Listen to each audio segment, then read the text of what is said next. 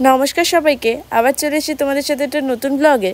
এটা হচ্ছে আমার চ্যানেলের ফার্স্ট বড় ব্লগ। তোমরা দেখতে পাচ্ছ আমি ফার্স্টে ময়শ্চারাইজার দিয়ে আমার স্কিনটাকে ময়শ্চারাইজ করে নিয়ে এরপর মেকআপটা স্টার্ট করলাম।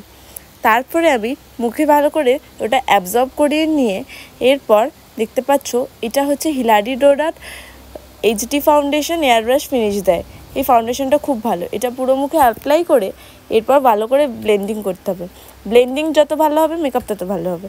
তারপরে আমরা ডার্ক সার্কেলগুলোকে হাইড করার জন্য এখানে আমি আমার নিজের টোনের কনসিলার নিয়ে সেই হাইলাইটিং এরিয়াগুলো কনসিল করে নিয়ে তারপরে এখানে একটা ফেস পাউডার দিয়ে আমি পুরো মেকআপটাকে লক করলাম।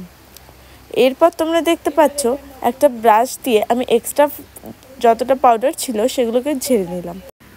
এরপর আইব্রোটাকে একটু ব্রাশ করে নিয়ে আইব্রো ফিল করে নিলাম।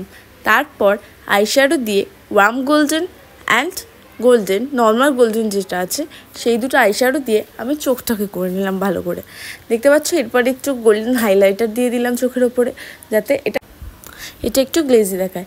সকালবেলা অ্যাকচুয়ালি আমরা খুব একটা বেশি হাইলাইটিং মেকআপ করি না, কিন্তু আমার যে অনুষ্ঠানটা ছিল সেখানে দরকার ছিল।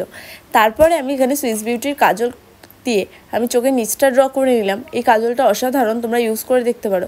আর লাইনার না আমি মিরার ছাড়া একদম পরতে পারি না, সেই কারণে আমি মিরারে গিয়ে লাইনারটা পরে এলাম। ফার্স্টে একটা নিউড কালার লিপস্টিক অ্যাপ্লাই করলেও সেটা যেহেতু এই মেকআপটার সাথে ঠিক যাচ্ছিল না বা খুলছিল না, তার জন্য একটু রেডও মিশিয়ে অ্যাপ্লাই করলাম। এরপর ব্লাশ করে নিয়ে তারপরে হাইলাইটার দিয়ে নিলাম। এরপর দেখতে পাচ্ছ আমি ইয়ারিং নিয়ে কনফিউজ থাকার পর এই ইয়ারিংটা চুজ করে পরে নিলাম। আর এই ইয়ারিংটার সাথে খুব ভালো কন্ট্রাস্টে কালারটা যাচ্ছিল। তারপরে এটা হচ্ছে আমার ফুল লুক। কেমন লাগলো ব্লগটা জানিও। Like, comment, share and subscribe. Tata.